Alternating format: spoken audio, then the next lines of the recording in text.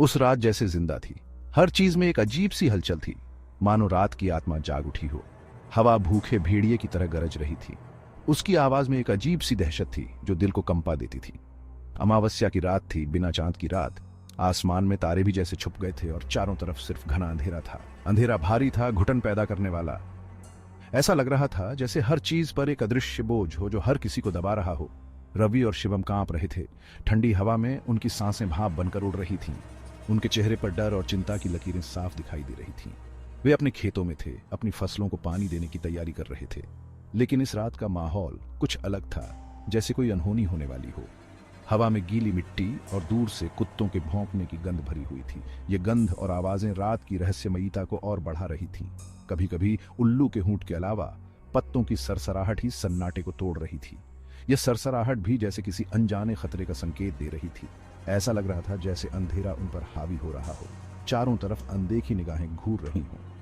हर कदम पर उन्हें ऐसा महसूस हो रहा था कि कोई उनका पीछा कर रहा है। उन्हें अपनी त्वचा पर एक चुभन महसूस हुई, जैसे कोई उन्हें देख रहा हो।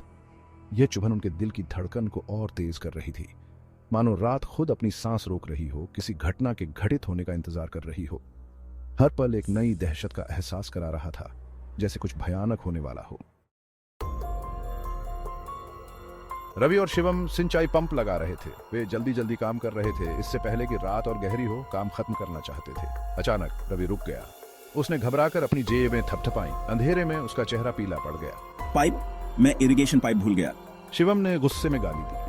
वो पाइप के बिना खेतों को पानी नहीं दे सकते थे। पाइप जंगल के किनारे पड़ा था, जहां उन्होंने इसे पहले छोड़ा था। अब इसे लाने का विचार घुप अंधेरे में उनकी रीढ़ की हड्डी को दहला देता था। मैं जाता हूं, शिवम ने कहा। उसकी आवाज अजीब तरह से शांत थी। वह जानता था कि रवि अंधेरे से बहुत डरता था, खासकर अमावस्या की रात को। रवि ने उसका हाथ पकड़ा। डर से उसकी आंखें चौड़ी हो गईं। अकेले मत जाओ शिवम, ये सही नहीं है। अंधेरे में अनदेखे खतरे थे, खासकर इस रात। मैं बस अभी आया, तुम यहीं रुको, हिलना मत। और इतना कहकर वह मुड़ गया और खेतों की सीमा से लगे अंधेरे की दीवार में गायब हो गया। रवि अकेला रह गया। उसका दिल जोरों से धड़क रहा था। रवि ने अपने कान फाड़कर जंगल से आने वाली किसी भी आवाज को सुनने की कोशिश की। पत्तों की हर सरसराहट, टहनी का हर टूटना उसे उछाल देता था। समय रेंगता हुआ सा लग रहा था। वह केवल कुछ मिनटों के लिए ही अकेला था, फिर भी ऐसा लग रहा था जैसे घंटों हो गए हों। अचानक अंधेरे से एक आकृति उभरी। वो शिवम था। उसके कंधे पर पाइप लटका हुआ था। वह एक धुन गुना रहा था। उसके अकेले जाने से वह बिल्कुल भी विचलित नहीं हुआ था। देखा, मैंने क्या कहा था, डरने की कोई बात नहीं है। रवि को राहत मिली। उसे अपने दोस्त को वापस पाकर खुशी हुई, पर कुछ तो अजीब लग रहा था। शिवम हाँफ क्यों नहीं रहा था? रवि ने अपने दोस्त को देखा। उसके पेट में बेचैनी की गांठ सी बन गई। इतनी जल्दी? उसने धीरे से कहा। अगर दौड़कर भी जाओ तो जंगल 10 मिनट की तो दूरी पर है। शिवम ने मुस्कुराते हुए कंधे उचका दिए। शायद मैं तेज दौड़ता हूं, चलो काम खत्म करते हैं। लेकिन रवि इस एहसास को झटक नहीं पा रहा था कि कुछ गड़बड़ है। शिवम का लापरवाह होना बनावटी लग रहा था। उसकी मुस्कुराहट उसकी आंखों तक नहीं पहुंची, जो अंधेरे में अजीब तरह से चमक रही थी। शिवम, तुम्हें ठीक तो है ना? शिवम की मुस्कान गायब हो गई। उसने बोलने के लिए अपना मुंह खोला, लेकिन कोई आवाज नहीं निकली। अचानक हवा का एक झोंका खेत में आया। यह बंजर भूमि की तरह गरजा, उनके कपड़ों को चीरता हुआ और उनकी रीढ़ की हड्डी को दहलाता हुआ। रवि ने सहज रूप से अपनी आंखों को धूल और मलबे से बचाया। जब उसने अपनी आंखें खोली तो शिवम गायब था। पाइप जमीन पर पड़ा था, अकेला। रवि पीछे हट गया। उसका दिल जोरों से धड़क रहा था। शिवम, वह पुकारा। उसकी आवाज एक हताश चीख थी। केवल हवा ने ही उसे जवाब दिया। पेड़ों से सरसराहट की। डर, ठंडा और तेज रवि के गले को जकड़ लिया। वह अकेला था, उसे चकमा दिया गया था। रवि अंधेरे में डूब गया। शिवम के नाम की पुकार लगा रहा था। वह जड़ों और चट्टानों पर गिरता पड़ता आगे बढ़ा रहा था। उसका डर उसे आगे बढ़ा रहा था। अंत में वह एक छोटी सी सफाई में आ गया और वहां गिरे हुए लट्ठे पर शिवम बैठा था। शिवम! रवि रोया। राहत की लहर दौड़ गई। वह अपने दोस्त की ओर दौड़ा, लेकिन रुक गया। शिवम सीधे आगे देख रहा था। उसकी आंखें खुली हुई और बेसुध थीं। वह रवि को ऐसे देख रहा था जैसे वह कोई भूत हो। शिवम, क्या हुआ? ये मैं हूं, रवि। शिवम ने कोई प्रतिक्रिया नहीं दी। वह बस सीधे आगे देखता रहा। उसका चेहरा पीला और खिंचा हुआ था। ऐसा लग रहा था जैसे उसकी आत्मा चूस ली गई हो, पीछे एक खाली खोल छोड़कर। अचानक हेडलाइट्स की एक जोड़ी ने अंधेरे को चीर दिया। यह एक अजीब और भयानक दृश्य था। जैसे किसी ने अंधेरे के पर्दे को फाड़ दिया हो। उन हेडलाइट्स की रोशनी में कुछ चेहरे दिखाई दिए जो डर और आशंका से भरे हुए थे। यह दृश्य किसी भी सामान्य रात का हिस्सा नहीं था। एक जर्जर बस जिसका पेंट उखड़ रहा था और खिड़कियां टूटी हुई थीं, सफाई में आ गई। ये बस किसी पुराने समय की लग रही थी, जैसे इसे वर्षों से किसी ने नहीं छुआ हो।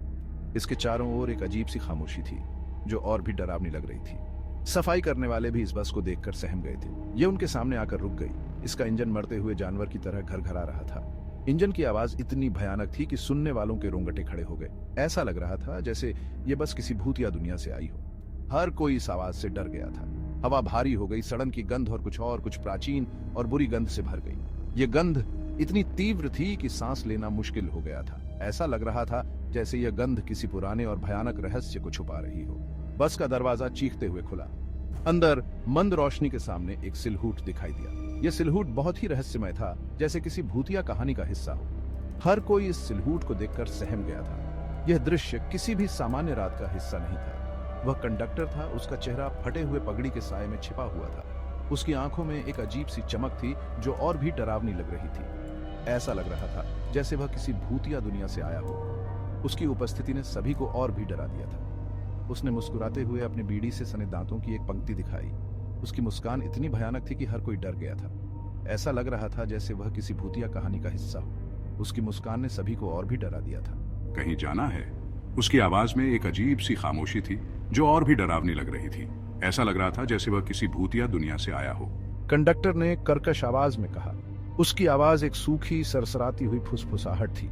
यह आवाज इतनी भयानक थी कि सुनने वालों के रोंगटे खड़े हो गए। ऐसा लग रहा था जैसे यह आवाज किसी भूतिया दुनिया से आई हो। रवि की रीढ़ की हड्डी में ठंडक दौड़ गई। उसे ऐसा महसूस हुआ जैसे किसी ने उसकी आत्मा को छू लिया हो। यह ठंडक इतनी तीव्र थी कि वह कांपने लगा।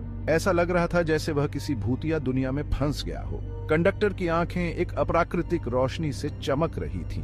यह रोशनी इतनी भयानक थी कि हर कोई डर गया था। ऐसा लग रहा था जैसे वह किसी भूतिया दुनिया से आया हो। उसकी आंखों की चमक ने सभी को और भी डरा दिया था। यह कोई साधारण बस नहीं थी। यह एक छलावा था, एक भ्रम फैलाने वाला भूत जो इस अंधेरी रात में उनके साथ खिलवाड़ कर रहा था। यह बस किसी भूतिया दुनिया से आई थी जो लोगों को डराने और भ्रमित करने के लिए बनाई गई थी। हर कोई इस बस को देखकर सहम गया था। यह बस एक भयानक रहस्य को छुपा रही थी जो किसी को भी डरा सकता था। जैसे ही कंडक्टर ने अपना हाथ बढ़ाया, एक अंधी रोशनी ने सफाई को भर दिया। उनके चारों ओर का जंगल गायब हो गया, जिसकी जगह एक मंदिर की झिलमिलाती छवि दिखाई दी। यह मंदिर किसी प्राचीन युग का प्रतीत हो रहा था, जैसे कि यह समय और स्थान से परे हो। मंदिर की दीवारों पर जटिल नक्काशी और रहस्यमयी प्रतीक उकेरे हुए थे जो एक गहरे रहस्य की ओर इशारा कर रहे थे। एक कोमल स्त्री की आवाज हवा में गूंज उठी जो करुणा और शक्ति से भरी हुई थी। यह आवाज मानो सीधे उनके दिलों में उतर रही थी। उन्हें एक अजीब सी शांति और सुरक्षा का एहसास करा रही थी। यह आवाज किसी देवी की प्रतीत हो रही थी जो उनकी रक्षा के लिए आई हो। डरो मत बच्चों, तुम मेरी रक्षा में हो। यह शब्द उनके कानों में गूंज रहे थे जैसे कि यह कोई दिव्य संदेश हो। यह आवाज उन्हें यह विश्वास दिला रही थी कि वे किसी विशेष उद्देश्य के लिए चुने गए हैं। आवाज गूंज उठी, उनके पूरे अस्तित्व में गूंज रही थी। बस हिंसक रूप से कांप उठी, मानो दैवीय उपस्थिति से बचने की कोशिश कर रही हो। यह एक अद्भुत दृश्य था जहां दिव्य प्रकाश ने दोनों दोस्तों को घेर लिया था और मंदिर की रहस्यमयी छवि उनके सामने थी। कंडक्टर गुस्से और निराशा की चीख निकली। उसका रूप मरती हुई लौ की तरह टिमटिमा रहा था। फिर एक आखिरी कर्कश धमाके के साथ बस गायब हो गई। केवल तीखे धुएं का एक गुब्बार पीछे छूट गया। यह दृश्य मानो किसी बुरे सपने से कम नहीं था, जहां कंडक्टर की बुरी आत्मा ने हार मान ली थी। रवि और शिवम डर और थकावट से कांपते हुए जमीन पर गिर पड़े। दिव्य प्रकाश फीका पड़ गया, जिससे उनके खेत का जाना पहचाना परिवेश सामने आ गया। यह एक अद्भुत अनुभव था जहां उन्होंने एक दिव्य शक्ति का साक्षात्कार किया था। वे दोनों इस अनुभव से हतप्रभ थे और उनके मन में कई सवाल उठ रहे थे। भोर की पहली किरणें अंधेरे को चीरती हुई आ रही थीं, जो आकाश को गुलाबी और सुनहरे रंग से रंग रही थी। यह एक नई शुरुआत का संकेत था, जहां वे दोनों अपने जीवन में एक नई दिशा की ओर बढ़ने वाले थे। यह अनुभव उनके जीवन को हमेशा के लिए बदलने वाला था और वे इस दिव्य हस्तक्षेप को कभी नहीं भूल पाएंगे। जैसे जैसे सूरज ऊपर उठता गया, रात के आखिरी अवशेषों को दूर भगाता गया। रवि और शिवम घर की ओर चल पड़े। वे चुपचाप चलते रहे। हर कोई अपने विचारों में खोया हुआ था। वे बच गए थे, लेकिन उस रात की याद छलावा और भूतिया बस की हमेशा के लिए उनके दिमाग में बस गई थी। उस दिन से उन्होंने फिर कभी अमावस्या की रात को बाहर न निकलने की कसम खाई। भाग्य को ललकारने के लिए मूर्ख लोगों के लिए अंधेरे में बहुत सारे रहस्य थे, बहुत सारे खतरे थे, और उन्होंने अपना सबक कठिन तरीके से सीखा था। उन्हें एहसास हुआ कि अमावस्या की रात अपने घरों की सुरक्षा में अलौकिक ताकतों के चंगुल से दूर रहकर बिताना ही सबसे अच्छा था।